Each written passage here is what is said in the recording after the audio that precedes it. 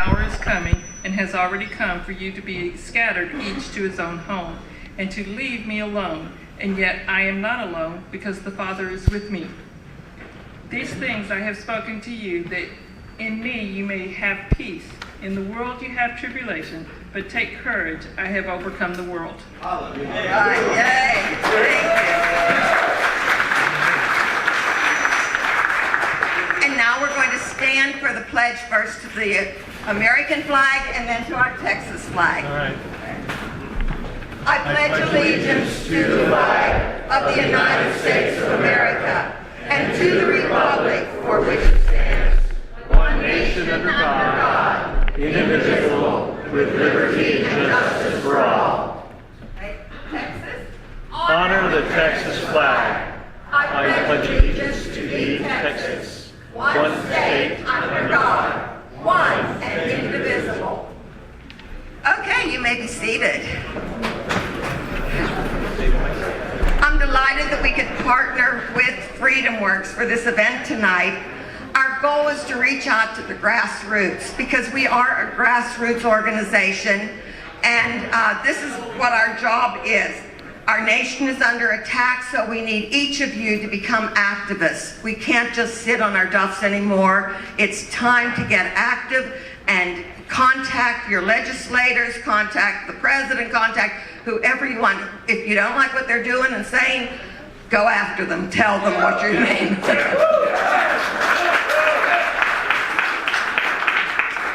Hermann Goering, as many of you know, is one of Hitler's people, was asked how they made Germans accept all the madness. And he said, it's easy. Just tell them they're being attacked and they will follow their leader. This works in every nation.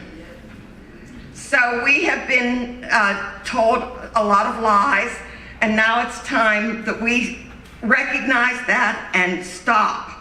Fear turns people into blind followers. Tonight's meeting is about what you and I can do and how we can get involved in rescuing our nation. And one of the best motivators that I know of is Reverend C.L. Bryant. So let's welcome him.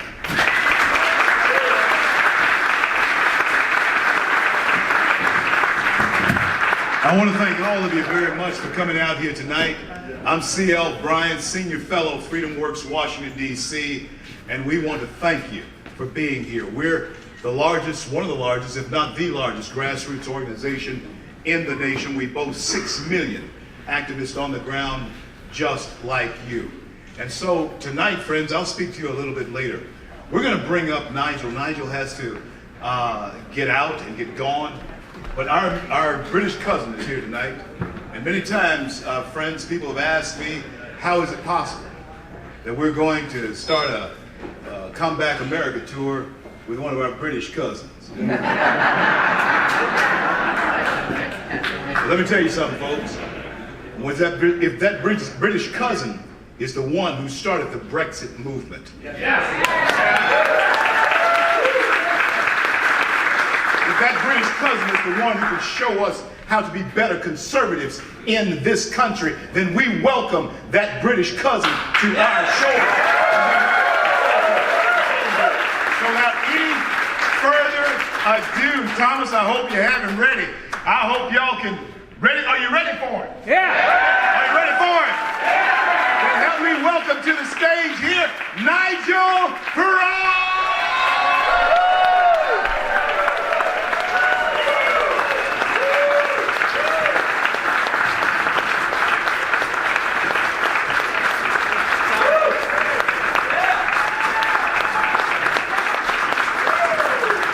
Good evening, Texas! Well, it's great to be here in the Lone Star State, I must say, and thank you for that phenomenal reception. Now, I've been told that conservatives in America are in deep mourning. They're depressed, they're down, they've given up, they're overwhelmed by all the awful things that are going on. And when I first got here, 5 weeks ago, I've been touring every single day across your great country for the last 5 weeks. I did sense when I got here that people were perhaps feeling a bit depressed and down. not happy with the election result, asking questions about election integrity, worried about the horrible things happening in your cities, where the virus is having its terrible effect. No, not coronavirus, Marxism, that's the virus. And it's a virus that comes back once every 20 years or so and tries to do its worst. And what it wants to do now is divide us all up. We're either black, we're white, we're Hispanic, we're straight, we're gay, or goodness knows what else. And it's all designed to turn person against person, to bring down the Judeo-Christian culture upon which this country and Western civilization is based.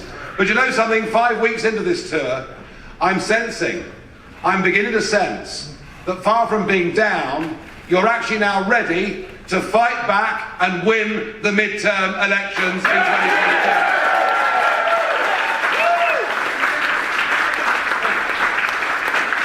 Well, given that response, I might just be right, I don't know. So it's been extraordinary going around, and the reason I've hooked up with Freedom Works, of course, is non-directly party political, but it is a grassroots conservative movement concerned about the country, concerned about its future, and wanting to fight for good values. And the reason that I'm quite a good fit, even though I'm a Brit, but we've mostly been forgiven, haven't we? I mean, I've not had 1812 thrown at me now for at least 10 days. But the reason I work, I think, here as a Brit is because what I did was to build up in the United Kingdom a grassroots campaigning organisation. They called themselves the People's Army. They went out in all weathers, because you know the weather's pretty rubbish over my side of the Atlantic. They went out in all weathers and they delivered leaflets, they put up signs, they had conversations, they did all the things that you guys go out and do. And when the history books are written, in 100 years' time or more, Brexit will be seen as a grassroots, a peaceful grassroots revolution against the entire global establishment that won.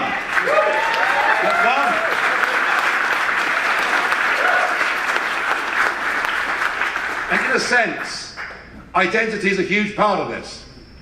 You know, when I hear this rubbish from Georgia, that somehow having to present voter ID is racist and wrong, it just shows you how out of touch, mainstream media and many Democrat politicians have become with the country. Now, in the referendum campaign of 16, every single interview I did on television, I held up my British passport because I pointed out that the first two words on it were European Union.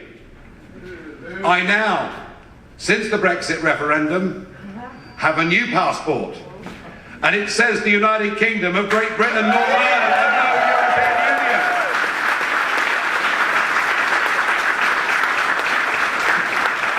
Because that's what we're all about. We believe, as I do in my country, as you do in yours, we believe in our nation. We believe in what it stands for. We believe in those that forged it and founded it, those that fought for it, those that defended it. We are proud of our country. We are proud of our culture. We are proud of our heritage, and we're not going to have it taken away ever. We're going to stand up and fight for it.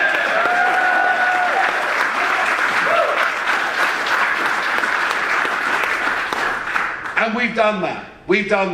And I'll come back to the British experience of the last couple of years in a moment. But I want to say this. In 2016, in the wake of that referendum result, which nobody thought could happen, and everybody was against, including a very high-profile American who came to London to tell us that if we dared to do this, we'd go to the back of the line, one Barack Obama.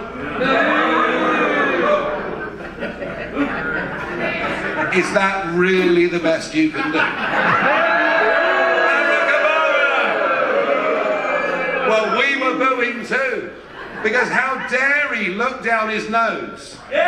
How dare he look down his nose at the one country who stands with you and by you, as you do with us, through thick and thin, and insult us in that way. But the upside was, I think we were so appalled by Barack Obama, he probably put 1% on the Brexit vote. So there we are. It wasn't all bad. So in 2016, I came to America. Now, look, I'd worked for American companies for 20 years. I worked for the infamous Drexel Burnham Lambert back in the 1980s. There's no point hiding it because Wikipedia's got it there already. And I came in 2016 and I went to Cleveland, attended the Republican convention, and I was then invited down to Mississippi by the governor at the time, Phil Bryant, to give a speech at a dinner. And the theme of the speech was, if we could beat the global establishment, if we could overcome opinion pollsters who told us on Brexit Day we were 10 points behind. Because what they were trying to do was say to us, don't go to... Yes, that's exactly what they were trying to say. It's exactly what they were saying, don't waste your time, it doesn't work, you're going to lose. Every trick in the book was played. So I came to say that we managed, despite all of that, to win. And because we'd done it, I had no doubt that Donald J. Trump could win the presidency in that year. So I went to a dinner in Mississippi to give that talk, and Donald Trump was there. And then minutes later, we went to the local basketball stadium in Jackson. 18,000 Mississippians crammed into the room. They've been queuing since 6 o'clock in the morning. And I was so excited. You know, I was going to be a witness to a Donald Trump rally. Wow! I was so looking forward to this. I had a reserved front row seat. I mean, this was going to be fabulous. And it's like 7:20. And the event's going to kick off at 7:30. And Trump comes over. Because he's a big fella, you know. And he gets onto my shoulder, he says, Nigel, love what you had to say, great job, as he does. And he says, I'm going to introduce you, I want you to speak at this rally. I go, but excuse me, thank you so much for doing this. So there I am, and I'm not often nervous. But the prospect of 18,000 Mississippians, I mean, it wasn't very easy. And I have to say with Trump himself, who, to be honest, has become a very good friend, and I do admire him. He's got great instincts, he's very good with people, and he was a blooming good president, in my opinion.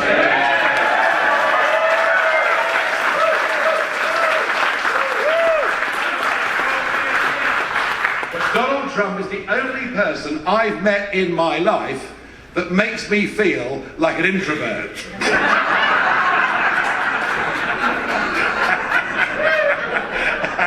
Because, I mean, he really is the real deal, isn't he?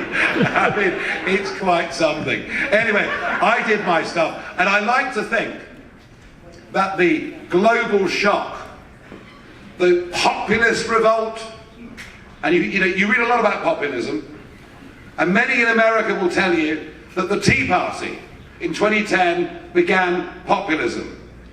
Rubbish. I was doing this 17 years before the Tea Party even came into existence. I was the first populist, and I was in great danger for many years of becoming the patron saint of lost causes, but I just kept on going. In 2016, and here's the point, I believe that culturally, economically, and politically, our two countries are now closer together than they have ever been in any point in time. I genuinely do.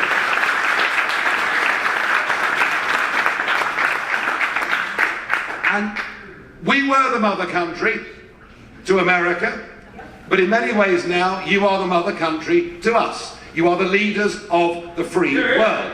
And much as I'm pleased that we've got Brexit, if you fall, then frankly the whole of Western civilization falls, and that's why I'm keen to be engaged in the fight here. This is about the future of the free world, and we all have to win this great battle.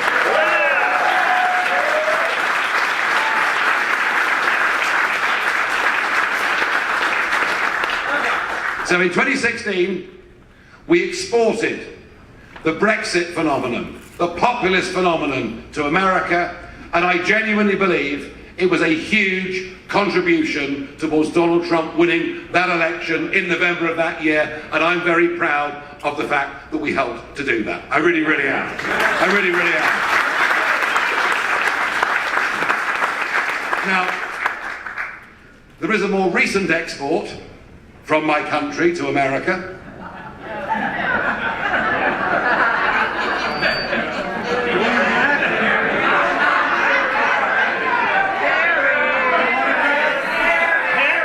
Are you getting there? Are you getting there? Well, it's a young couple that have moved to La La Land. Yes, we've sent you Prince Harry, who not only has abused his father, the Queen, his recently departed grandfather, in a way that I think is utterly shocking and deplorable, but he's now decided to take on your First Amendment rights of free speech here in America. And the latest delight is, we're told, there's another Oprah Winfrey interview at which he will launch some more truth bombs. Where do they get this stuff from? So I'm very, very sorry. I'm pleased we sent you Brexit. I'm pleased we helped you get Trump. But I'm afraid when it comes to Prince Harry, I'm sorry to tell you this, he's yours for keeps.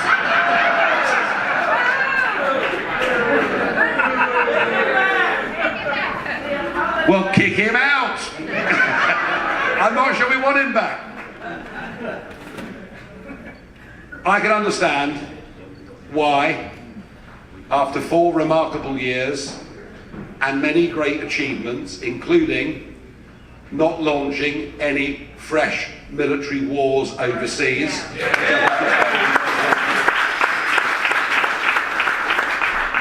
and where ordinary Americans saw their wages go up and their life standards improve, and many of those great achievements, you know, I was with Donald Trump on the 29th of February last year, just before COVID really hit. I was there at the CPAC conference with him. I thought for all the world he would win 40 states. I mean, I genuinely did. He did! Well, we'll see what happens in Maricopa County. All right, let's see what happens.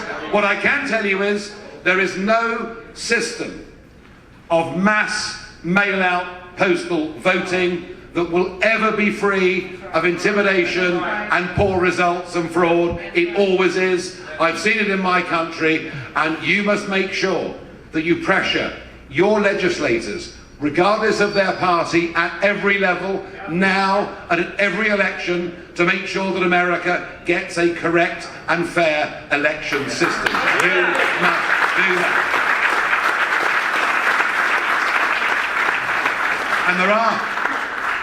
But there is one shining example around the world of a country that's got this right.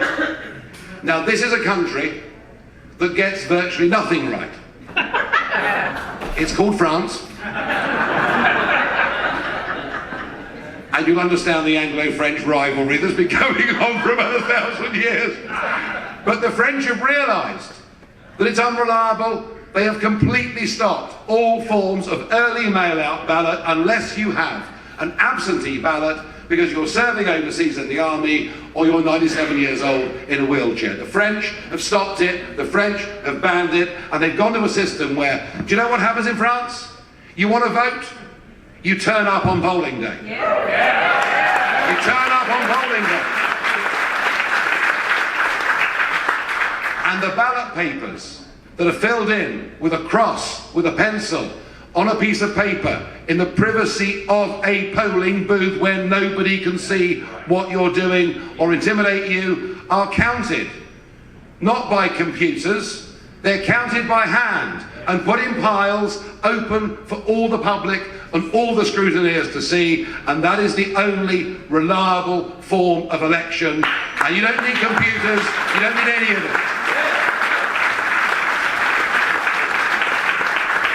But I can understand why people have been feeling down.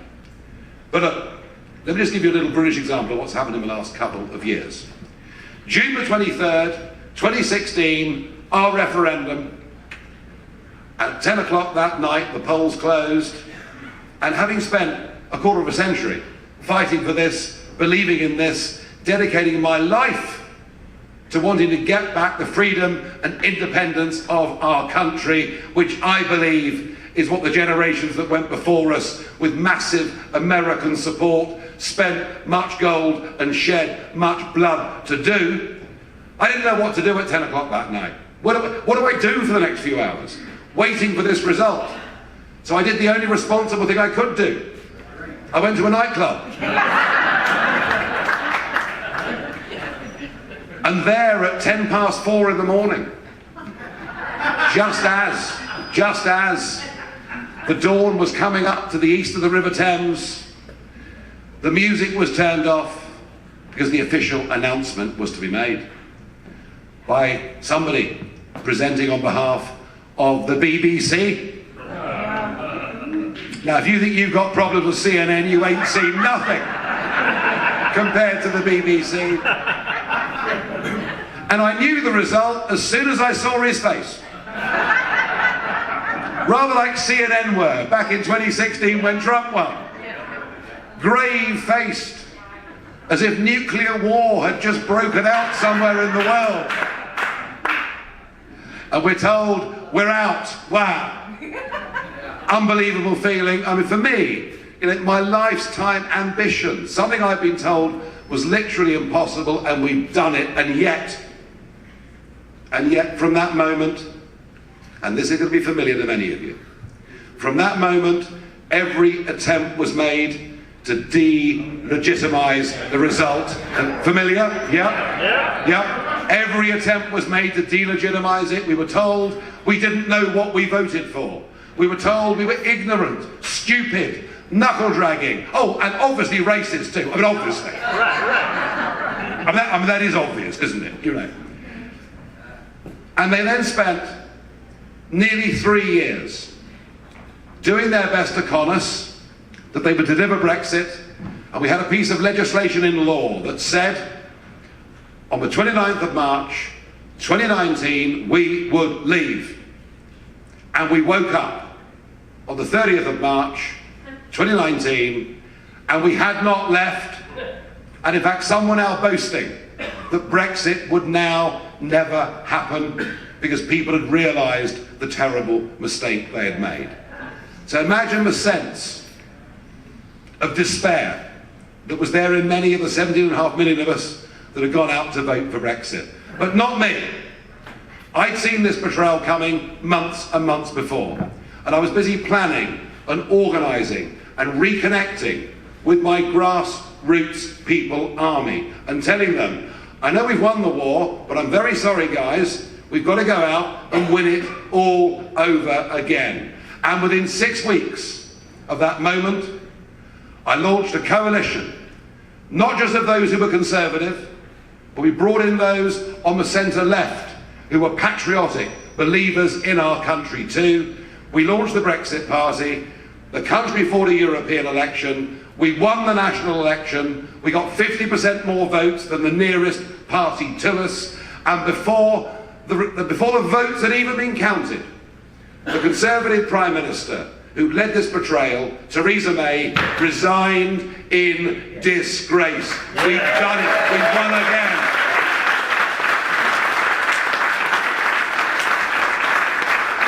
So you see, however dark it may look, however tough it may feel, remember, whatever the onslaught you're getting from mainstream media, social media, or whatever it may be, the genuine, real people that live in the middle of our countries do not change their minds. They know what they believe in, but they need to be given direction, they need to be given leadership, they need to be given inspiration and given hope.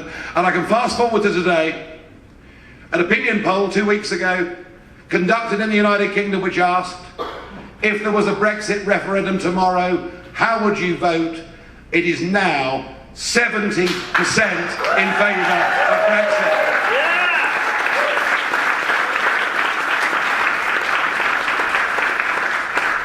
However tough it looks, you can fight back and win, because ordinary folk don't change their minds. But there's one last thing I want to say to you that I hope you'll find inspiring, and it's this.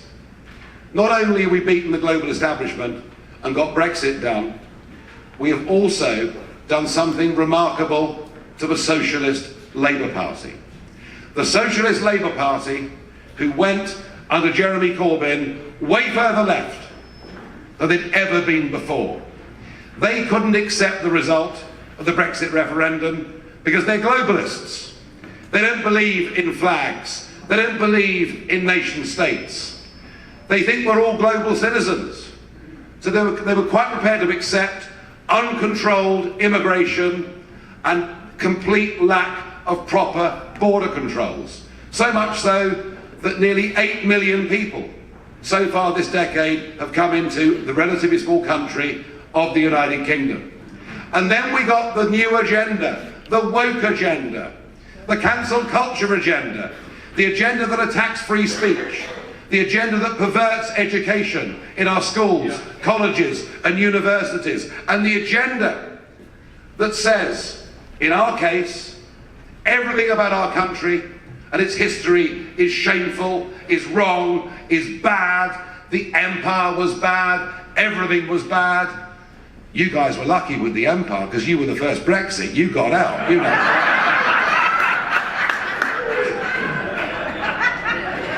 I try to be serious, but it's so hard.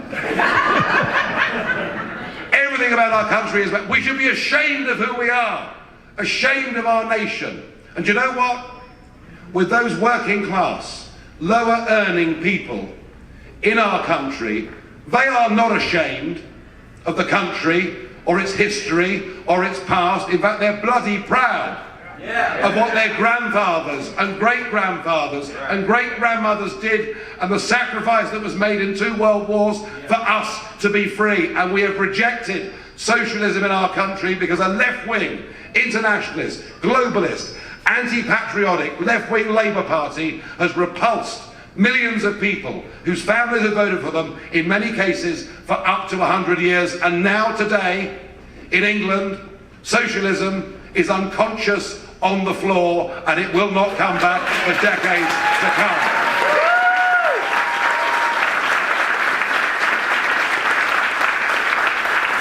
So can you see the parallels?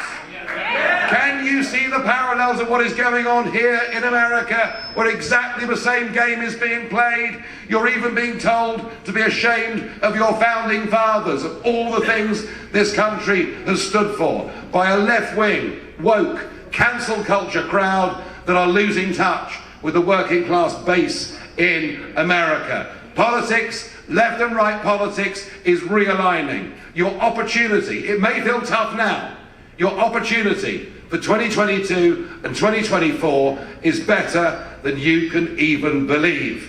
So do you want to defeat socialism in America? Yeah! Do you want to win the midterm elections? Yeah! Do you want to put back a Republican president in the White House in 2024? Yeah! And if we can do it, can you do it too? Yeah! Thank you very much indeed, everybody. Thank you. Thank you.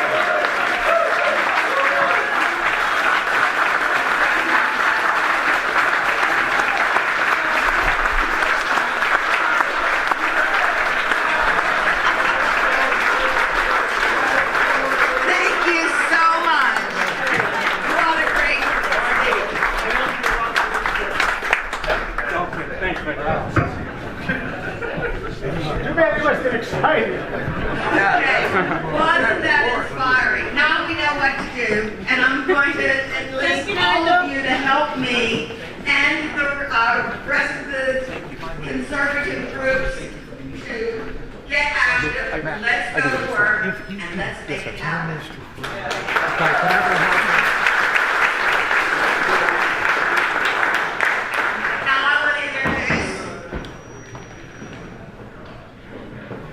Now I want to introduce our county judge, Bill Major. He was a local businessman, an entrepreneur, and a former sheriff, or former Sherman mayor, and now he is the county judge. He is. And Grayson County is at the crossroads.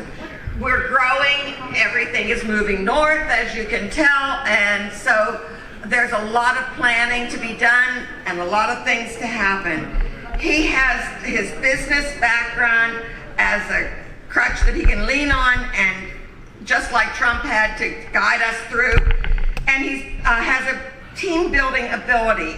He is uniting our county, and that's more important than you can imagine. The development in the area has to be planned, and he is working on that with his teams that he is building. Okay, as I said, the growth is moving north. We're getting closer to the Metroplex, but we're rural. And like I said to some of the people that said, oh, it said this event was in Dallas. I said, well, we're Metroplex in Dallas. So anyhow, real quick, we have to plan for the future, and he's tackling taxes, infrastructure, jobs, and community. And as we grow this area, he has the respect for his heritage. He's a husband and father of 4 sons, makes decisions to preserve the quality of life, serves as a volunteer coach for youth sports, active in numerous civic organizations, and helps with the conservative events in the area. Let's welcome Bill Majors. How's everybody doing? You know, Congressman Hall, God rest his soul, used to have a saying. If you ever heard the congressman speak, he was great, right? He would say, I need your prayers. Well, that was my opening statement, but after I got to follow that guy, man, I need y'all's prayers, all right? You know, I got good news for you. This is going to be quick. I'm the segue from the 2 pros. I'm the local, yeah, as Woodruff pulled his watch out. George, is that a digital watch? All right, you're all right. There we go. All kidding aside, I do want to thank you all for your support and prayers, and I would be remiss. My wife, Angela, is in the back. Say hi to my wife. She's here. We are entrepreneurs, and I'm going to just say this. My wife recently sold her business, so she has got some time on her hands. I'm putting her to work for re-election. So there we go. All right, let me get started. There we go. You know, I'm going to be a little bit unusual here because as an elected local official, we hear grassroots every day. It's the most grassroots place you can be, and I want to tell you that's why I love it so much. We see each other in church. We see each other in the grocery store. We see each other wherever we go, and we get a chance as local officials to hear firsthand, unlike other elected officials, what our constituents think. So, it's real simple. If we're not doing what you want, let us know. We're right here, right? So with that, I want to just take a few quick minutes and talk about some things that are going on in Grayson County. That's my role. So many of you know that I was the former mayor of Sherman. I'm the former mayor. The ex-mayor got beat, so you always know the difference between former and ex-politicians. Put that in your Congressman Hall told me that one too.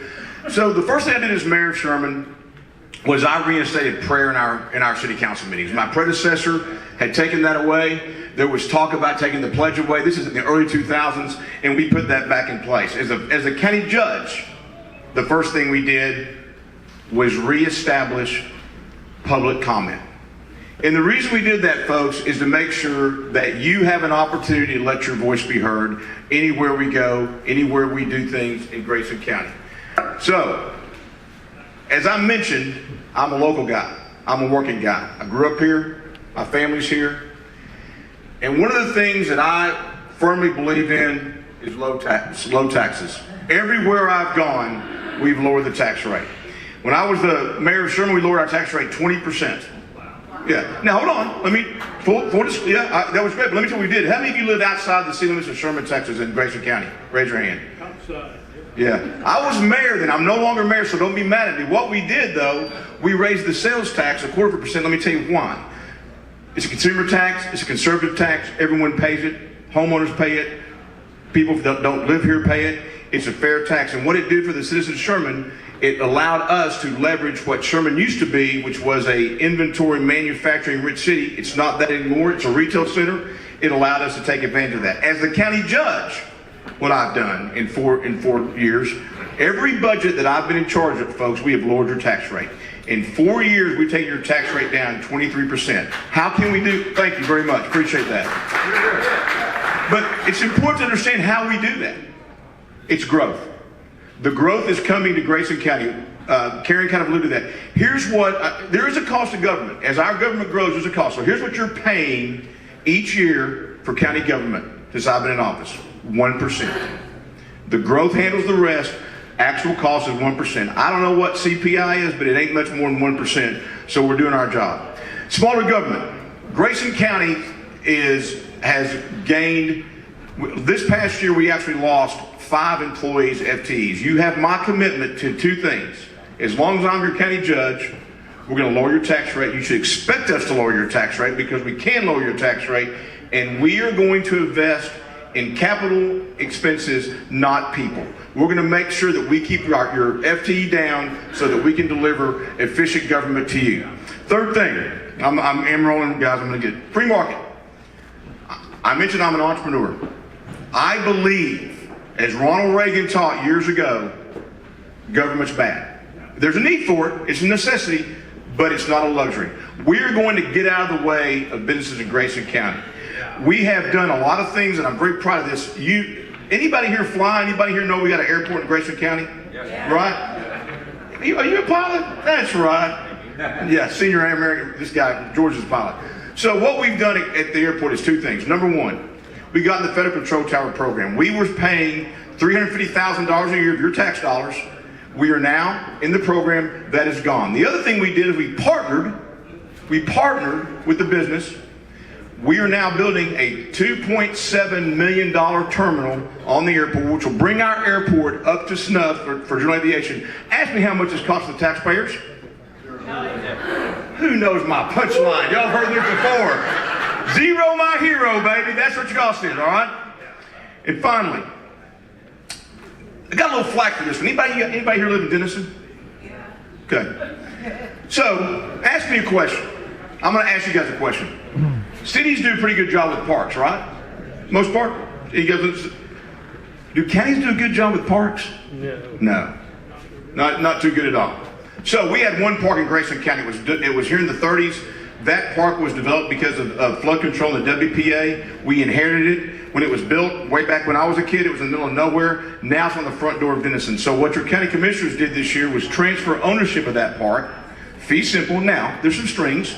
Denison can't sell it or redevelop it without the county's approval, and the county gets the money, so it's a no-cost deal with the taxpayers. But what it does for Grayson County citizens is we get a first-rate park that the city of Denison is going to manage and maintain because they do parks, and it saves us roughly $150,000 a year. So, guys, that's where we're going. So that is my part of Grayson County. That was pretty quick, wasn't it? Are you impressed?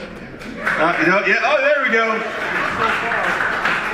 So you're going to hear me talk about some long-term things, and I think it's important to understand why. A lot of politicians worry about short-term. What's short-term? Re-election. Who said it, right? Re-election. That's exactly right. And don't kid yourself. I want to be re-elected.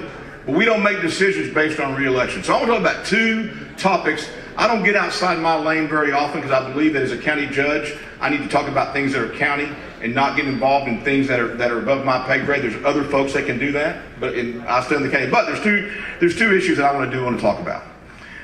First, we talked about voting here. I want to tell you guys something. In Texas, we do a good job of voting. We do. I want you to hear that. We do a good job of voting. We take care of it. However, there are some issues that our state legislature is considering today, and so I am asking your support to reach out, and I don't know, Barbara can tell you the House bills later, I'm not going to get into that in the weeds, but we need to preserve our voting process here in Texas. We need to continue to keep this secure, so this group is a unique group to do that.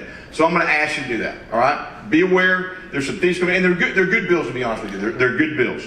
Finally, and this is real outside of my lane because the county judge has nothing to do with this. Guys, there's a lot of stuff going on. Let me tell you this. Angela and I have 4, they're not teenagers anymore, babe. We got, I'm gonna brag, my oldest is graduating from Austin College on Saturday. We're pretty proud of him. Thank God for his mother. He's a Phi Beta Kappa, right? So I gotta tell you a real quick story. A couple weeks ago, it's been a couple months ago now, they had this thing called the Honors Convocation, right? The Honors Convocation. That's where all the smart kids go. So after the thing's over with, I'm talking to the president of the college. I said, Stephen, his name's Stephen O'Day. I said, Stephen, you know, they didn't have that when I was here. He said, oh yeah, they did. There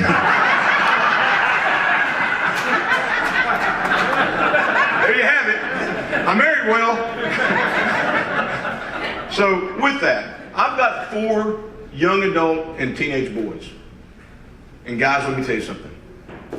They're all boys. You know what I mean?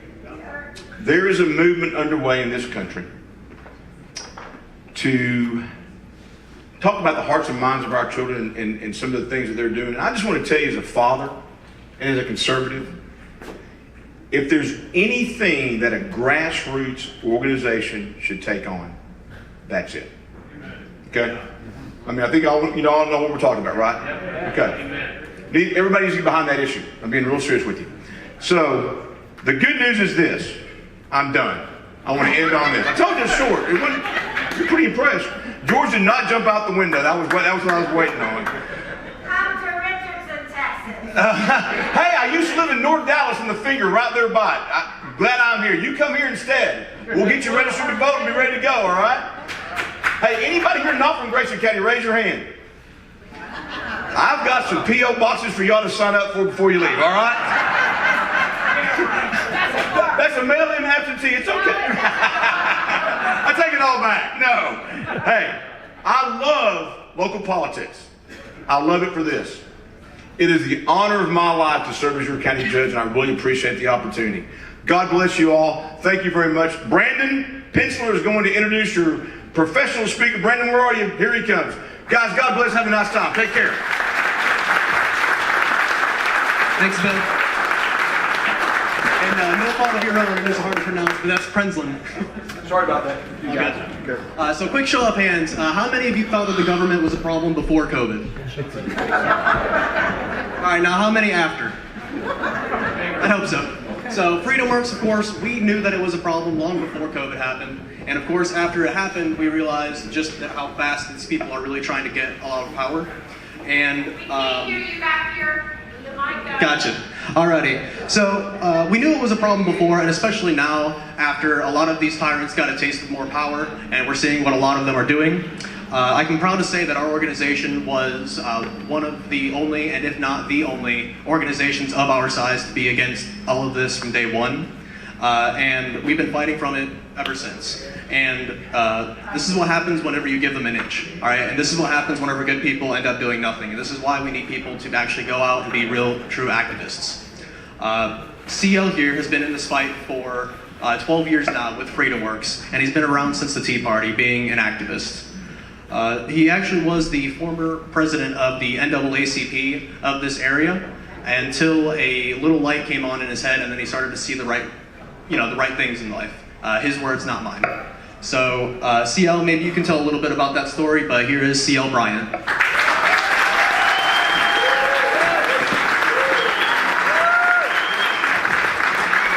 Good evening, Patriots. How many of you know that this is the greatest land on the face of the planet, the greatest success story the world has ever known?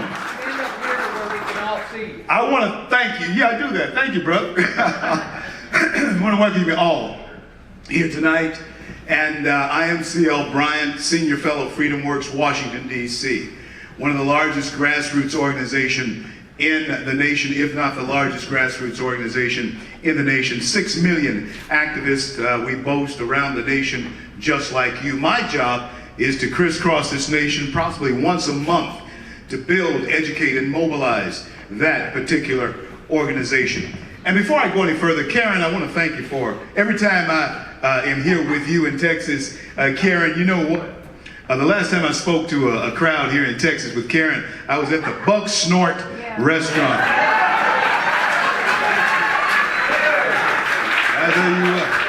I tell you what, the barbecue was just absolutely fantastic at old Buck Snort. I've spoken there twice. And I also have someone who came a pretty good ways to see us. And buddy, I got to tell you that we had to put Nigel up first because he left. He had to get out of here.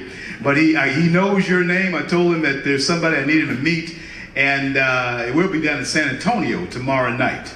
Nigel Farage and myself, we're on a tour. We'll leave there and head out to Phoenix and then on to Jackson Hole, Wyoming. But I want all of you are familiar with Pilgrim's Pride Chicken, right?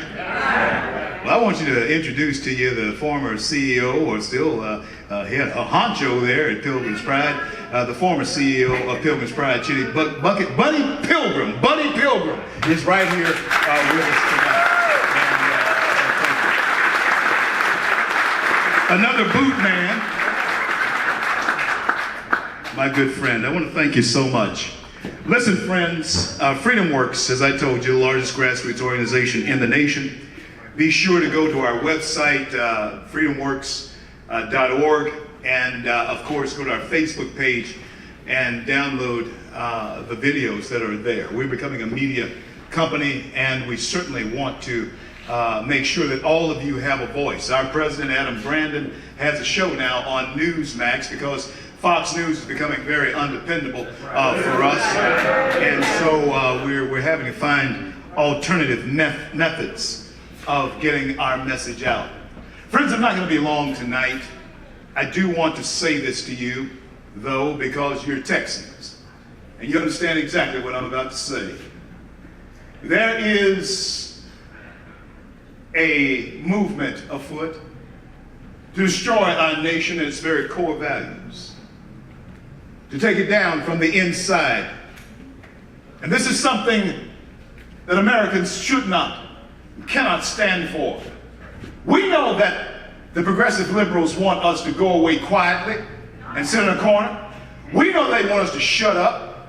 We know they don't want us to be seen. But we send this message tonight from Denison, Texas, that we will not go away quietly into the night. We will stand and we will fight as Americans. That is the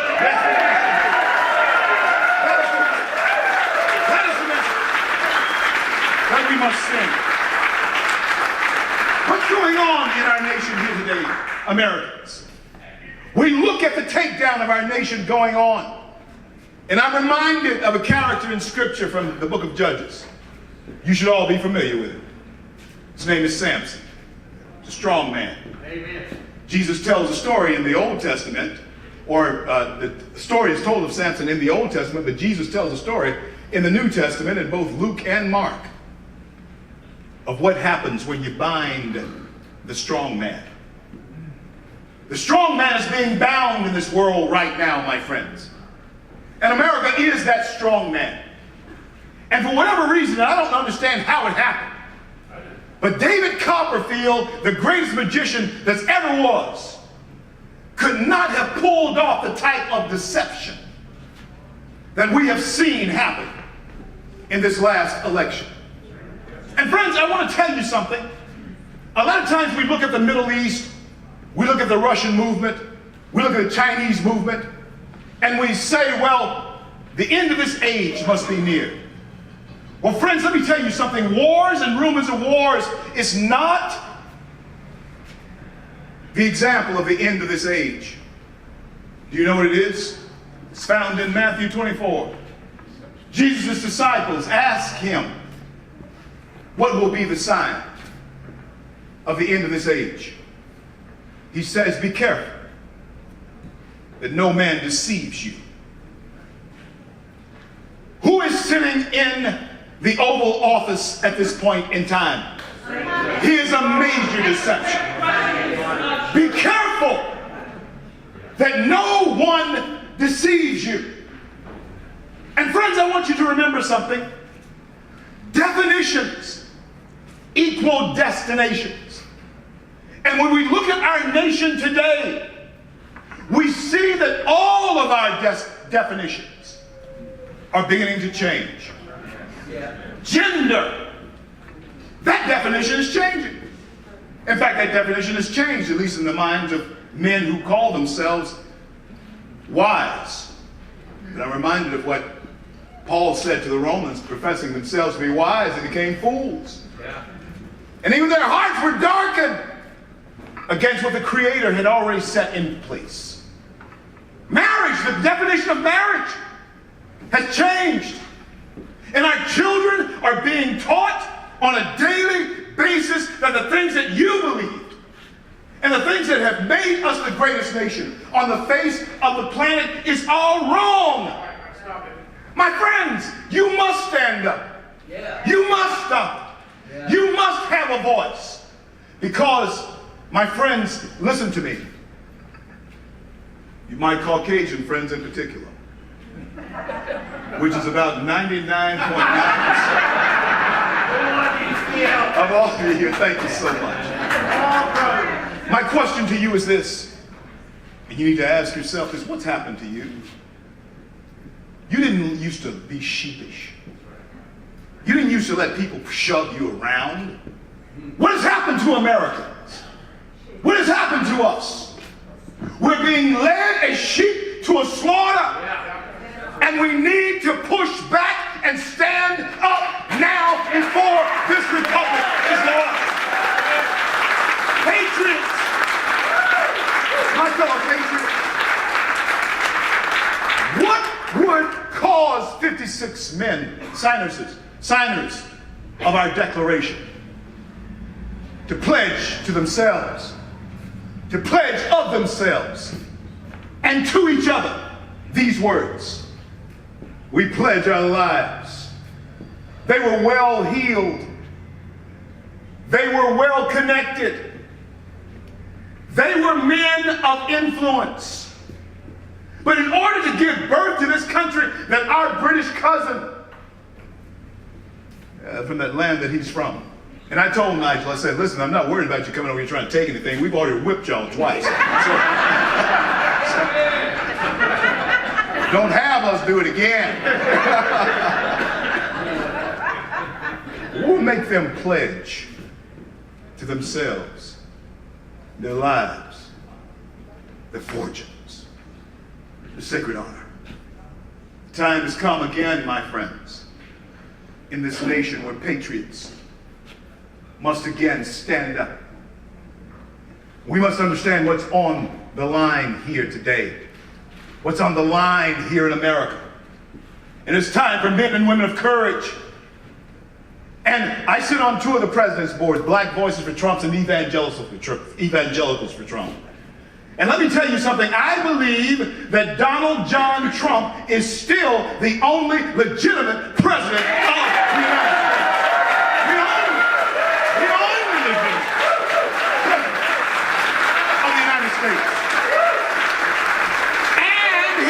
legitimate president of the United States. My friends, when our president was in office, the Abraham Accord brought peace to the Middle East. The Chinese were backed down because they knew he meant business. The Iranians were behaving themselves. The Russians, they were quiet about whatever they were doing. The Chinese, yes, they were still being as sneaky as they always have been, but they didn't let Trump know it. But right now, we have someone in that room without any corners. It is called the Oval Office. We have someone in that office that I believe is, in fact, selling out and has sold out this nation. And he must go along with Nancy Pelosi and all of the socialist squad that is on in Washington, D.C. And you must be the people who do that. You must be the people who do that. How is it possible that Russia gets a rubber stamp from the White House to open a pipeline? Oh, you didn't know that? Oh yeah, this president has just rubber stamped a pipeline for Russia and Germany because we must keep our good relationships with Russia. And are you kidding me? And the first thing that he did when he came into office was shut down 11,000 American jobs. Americans, you must push back. This is something we cannot tolerate. No. Friends, it's time to stand up because there is something that is going on here that is against our very nature as Americans, against our DNA. You see, my friends, when our nation was founded, we were founded on a covenant with God. We hold these truths to be self-evident, that all men are created equal, endowed by their Creator with certain unalienable rights. And among them is life, liberty, pursuit of happiness. When Jefferson penned those words, he included the God of all creation in the founding of this nation. And when he did that, and when those signers of that declaration signed that, they entered into a covenant with Almighty God. And Ronald Reagan said it best when he uttered these words: if America forgets that she is a nation under God, she will be a nation gone under. Yeah. My friends, if America goes away, where do people go? I was asked that question in Bend, Oregon, about 5-6 months ago, by a refugee who had escaped the Eastern Bloc country. And after I finished speaking, he came to me and he said, CL, if America goes away, where do people go? And then his colleague came and asked me this question. He said, CL, I see something, or he said something to me, he made a statement. He said, CL, I see something on the face of Americans and Texans. You need to hear this because this is very uncharacteristic of you, what he said. He said, I see something on the faces of Americans that I've never seen before. I said, what's that, friend? Fear. He said, you don't understand that the rest of the world look to you as the leader of the free world. Nigel said it earlier here today. We don't realize that England and all of the Western countries there in Europe look to us as leaders of the free world. Why? Because Americans have always been fearless. We have been willing to lead where others were just scarcely wanting to follow. We have boldly taken on tyranny throughout this world and conquered it.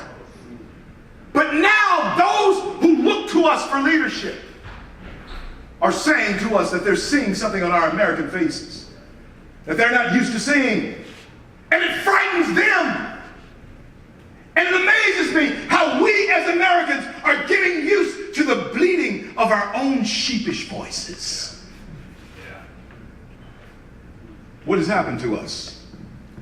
My Caucasian friends, what has happened to you? You're letting them dupe you, hoodwink you, bamboozle you with this 1619 project and this critical race theory and all of that. America was founded in 1776. And 86 years after America became a nation, slavery in this country was abolished. That's the story you need to tell. You see, you're letting them get away with telling lies. This country was not founded in 1618. This nation, we weren't even a nation in 1618. And that's what you need to be armed with. When you're faced with this kind of foolishness, you need to let them know that no, we weren't a nation even then. But you need to also let them know that the minute we became a nation, our founding documents demanded that all men be free. And to the good of our nation. These words were written by an old white man, Thomas Jefferson. He said these words to us, and they're still true today. When government fear the people, there is liberty. Yes. Amen. But when the people fear the government, there is tyranny. Yes, sir. There is a fear that our allies are seeing on our faces. Americans that we need to get off of our faces immediately. And my friends, let me say this to you as I begin to close here tonight. The deception is strong. Our children are being fed lines of lies. You send them off to school in the morning, you send them off to college in the fall, and they come back, and lo and behold, sitting across the table from you is Karl Marx. It's amazing what's happening in our school systems. And shouldn't you have the right to understand and choose where your child goes to school? Shouldn't educational choices, school choice, your school choice be something that all Americans have a privilege to? The public school system is not turning out good citizens. So let's do something about it. Let's do something about the deception. That man Samson, this woman Delilah was his deceiver. And she had tried to get him to tell her the secret of his strength. Right now you have people in office who are telling others the secret of our strength, Americans. But she would call to him on occasions when she thought that he was lying to her and say, Samson, the Philistines are upon you. And he would always break whatever binds she had him in. And he would go out and defeat the Philistines every time. But then she became weary with him, and he became weary with her in asking, where's the secret of your strength? And so men, he told her. And she clipped his hair and then called to him, Samson, Samson, the Philistines are upon you. Like other times, he shook himself, went out to face the Philistines. But Americans, the scripture records something that is absolutely chilling for us here today. The scripture says that when he faced the Philistines this time, he did not know that the Spirit of God had departed from him. That is the last thing that we as a Judeo-Christian nation can possibly stand to hear when we go out and face our enemies. And that is the Spirit of God has departed from us. Americans, we have an opportunity now to preserve this republic, because if she goes away, if America goes away, she will not return. This is a moment in time where every true American, every true patriot must stand up. I hear God's voice crying in the book of Genesis to Adam, where are you? In America, the same voices of our founding fathers are crying to us. America, where are you? It wasn't that God did not know where the location of Adam was. He was wondering, where was the man I created? Where is he? America, where is the nation that we were intended to be? Where is that nation? Where are those people? Where are those principles? Where are those precepts? Are they still worth defending? Are they still worth defending, my friend? No! We must defend them. You see, my friend, we have found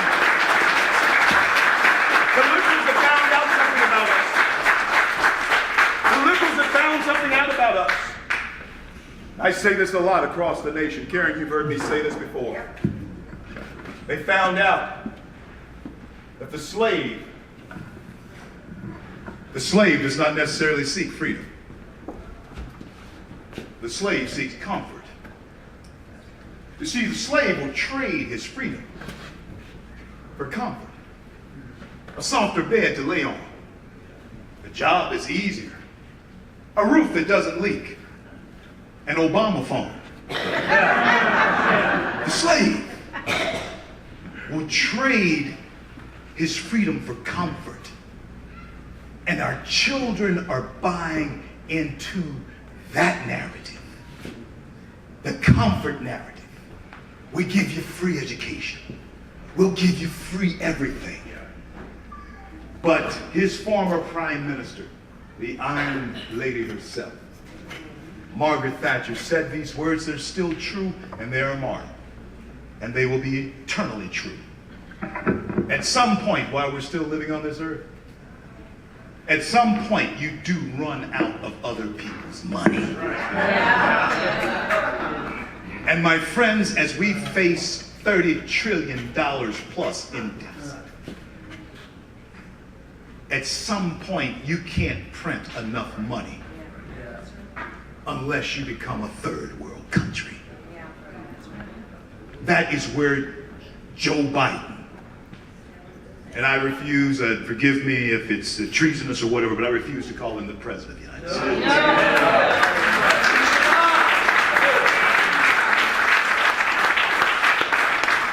Adam, where are you? Where are you? Americans, you must ask yourself that question, where are we? Where are we going?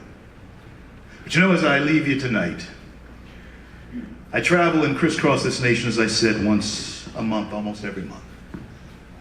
Many times I am in the company of people that present perilous situations for us. I'm a filmmaker. People like Al Sharpton and Talibs of the world and Cortez of the world, they don't necessarily care for me, but situations can be very perilous sometimes. And it's always good to know that there are people like you praying for Nigel and myself and the message of freedom that we intend to continue carrying across this nation. It's always good to know that you are somewhere in places like this where Americans live in Denison, Texas. But this question that I'm about to ask you is one that I've been asking for over 12 years around this nation. It is one that you must answer tonight, my American friends and my fellow Americans. It is one that you must answer for yourselves and your posterity, your children. And that question is, right here in Denison, Texas, are there still any patriots in this house tonight? Is there anybody here who will stand up for God and country? Who will stand up for the Republic? Who will stand up for America? The American! Stand up! Stand up! Stand up! God bless you. God bless America.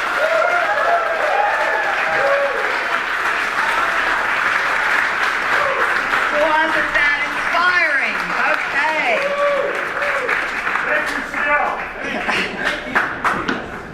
And I thank all of you for coming tonight. I hope you were motivated to stand up and let's take our country back from the move towards socialism and join with us, the Tea Party and the conservatives in our area, in winning back our nation. I want to mention just one thing. We have a Memorial Day picnic that we're planning. There are some flyers back there. Someone want to pass them out as people are leaving? It's going to be from 11 to 2 on May 31st, Memorial Day. It's a family-style picnic, and we invite the entire conservative community to come. There are also T-shirts there, so don't leave without getting a T-shirt. They were provided by Freedom Works, and there's some other swag there, sunglasses and pens and things. So help yourself, and thank you all for coming, and have a safe drive back home.